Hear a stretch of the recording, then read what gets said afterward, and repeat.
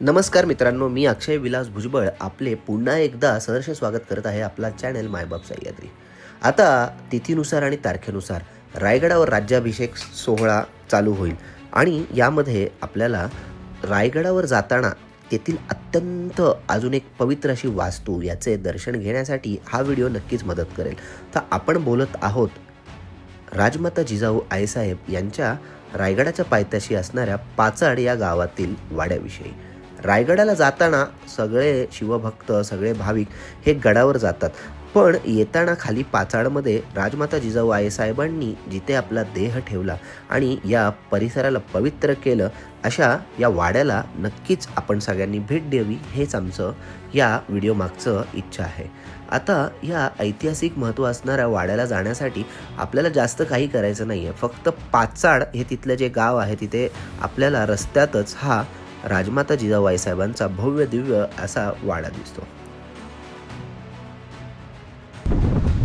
राजमाता जिजाऊंचा हा वाडा छत्रपती शिवरायांनी त्यांच्या अखेरच्या दिवसात पाचाड या गावी बांधून घेतला होता. गडावरील हवा त्यांना सोसवत नसल्यामुळे येथे त्यांची राहण्याची व्यवस्था होती आणि येथेच त्यांनी आपला अखेरचा श्वास घेतला.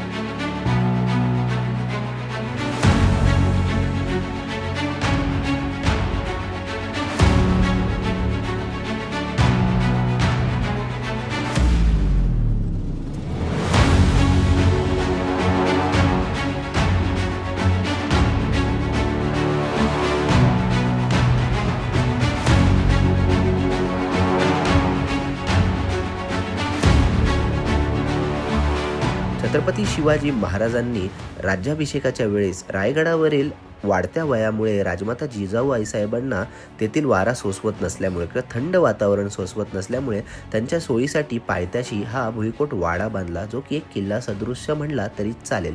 राजमाता जिजाऊ आईसाहेबांनी आपला राज्याभिषेकातील धामधुमीचा काळ हा तिथेच व्यतीत केला आणि राज्याभिषेकाच्या अवघ्या 12 दिवसांनंतर म्हणजेच 17 जून 1680 रोजी आपला देह येथेच ठेवला.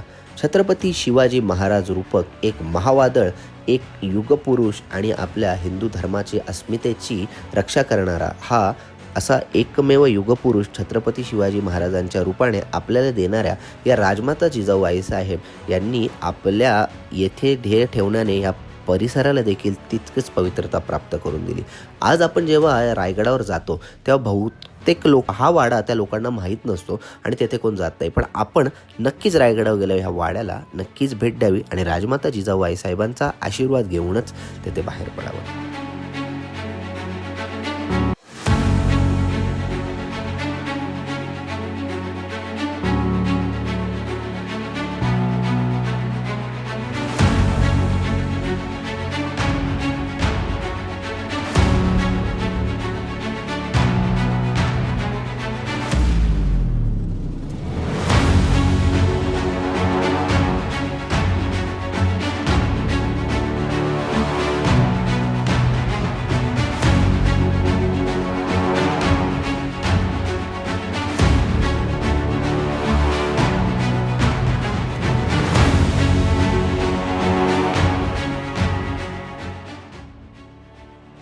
तर ही टक्क्याची विहीर, जिथे छत्रपती शिवराय मातोश्री जिजाऊ आईसाहेब यांना भेटायला आल्यावर येथे त्यांच्यासोबत बसायचे.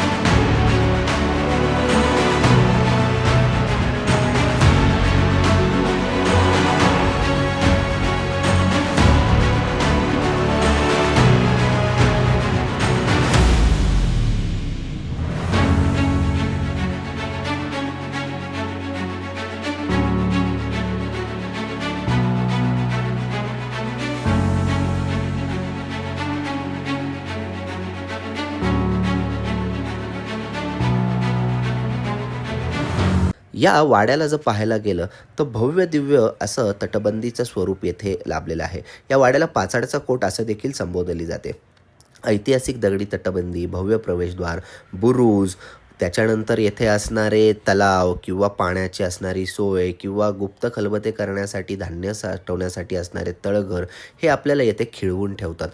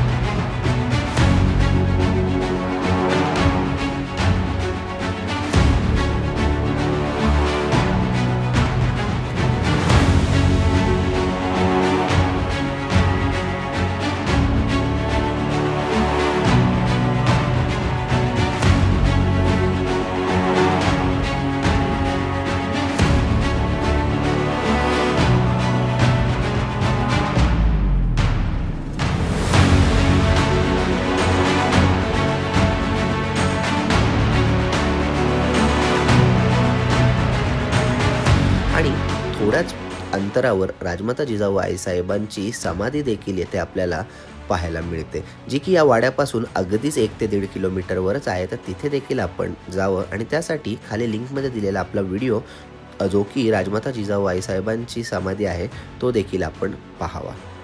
धन्यवाद. जय हिंद, जय महाराष्ट्र.